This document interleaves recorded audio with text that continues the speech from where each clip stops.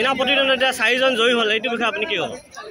আপুনি ৰাণীপুখুৰী নহয়, গোটেই অসমতে ভাৰতীয় জনতা পাৰ্টিৰ যি জয় যাত্ৰা আৰম্ভ হৈছে, যেদিনাখনৰ পৰা 11 তাৰিখৰ পৰা নমিনেশ্যন দিছে, আপোনালোকে দেখি পাইছে যে বিনা প্ৰতিদ্বন্দ্বিতা লামডিং সমষ্টিৰ আমাৰ কাকি জিলা পৰিষদ জ্যোতি ভাগৱতী বিনা প্ৰতিদ্বন্দ্বিতা জয় হৈছে। আমাৰ প্ৰায় 13টা ৱাৰ্ড মেম্বাৰ বিনা প্ৰতিদ্বন্দ্বিতা জয় হৈছে। আমাৰ আজি ৰাণীপুখুৰী জিলা কাউন্সিলাৰ ৰঞ্জিত বিশ্বাস বিনা প্ৰতিদ্বন্দ্বিতা জয় হৈছে। আপোনালোকে দেখিছে ভাৰতবৰ্ষ নহয়, অসমত যিমান এতিয়ালৈকে ইলেকশ্যন হ'ব সকলো আমাৰ ভাৰতীয় জনতা পাৰ্টিৰ জয় যাত্ৰা অব্যাহত আছে, থাকিব। তাৰ এটাই কাৰণ হৈছে আমাৰ নৰেন্দ্ৰ মোদী আৰু আমাৰ অসমৰ মুখ্যমন্ত্ৰী সন্মানীয় ডক্টৰ হেমন্ত বিশ্ব শৰ্মাৰ যাৰ যি বলিষ্ঠ নেতৃত্ব, সেই নেতৃত্বৰ প্ৰতি জনসাধাৰণক দিয়া প্ৰতিশ্ৰুতি আখৰা আখৰা পালন কৰাৰ আজি যি ফল, আজি আমি পঞ্চায়ত ইলেকশ্যনত আমি অনুভৱ কৰিব পাৰিছোঁ।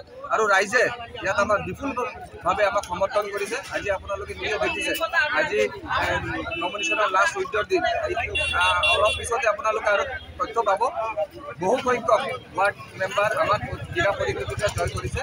আমি আগত দিনত আজি যে ৰাইজৰ যে স্বতঃস্ফূৰ্তভাৱে আমাক সমৰ্থন কৰিছে, এই অব্যাহত আমি ৰাখিম আৰু ৰাইজৰ লগত সদায় কাম কৰিম বুলি আজি আমি প্ৰতিশ্ৰুতি দিম।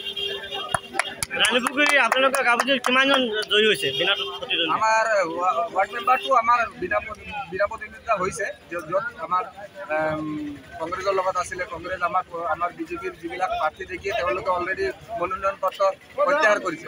আজি জিলা পৰিষদ আপোনালোকে দেখিছে কাটিৰ পৰাও জয়যুক্ত হৈছে লামডিং সমষ্টিত।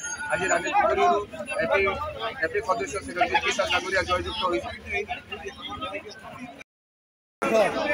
সকলোৰে নিৰ্বাচনত প্ৰতিদ্বন্দ্বিতা আগবঢ়োৱাৰ অধিকাৰ আছে, এই মৰ্মে আৰু বিশেষকৈ মোৰ উদ্দেশ্য আছিল নিৰ্বাচনত প্ৰতিদ্বন্দ্বিতা আগবঢ়োৱাৰ মোৰ উদ্দেশ্য এটি যে আমাৰ ৰাণীপুখুৰী তথা ৰাণীপুখুৰী মণ্ডলৰ যিসমূহ জ্বলন্ত সমস্যা আছে, এই সমস্যাসমূহ সমাধানৰ কাৰণে।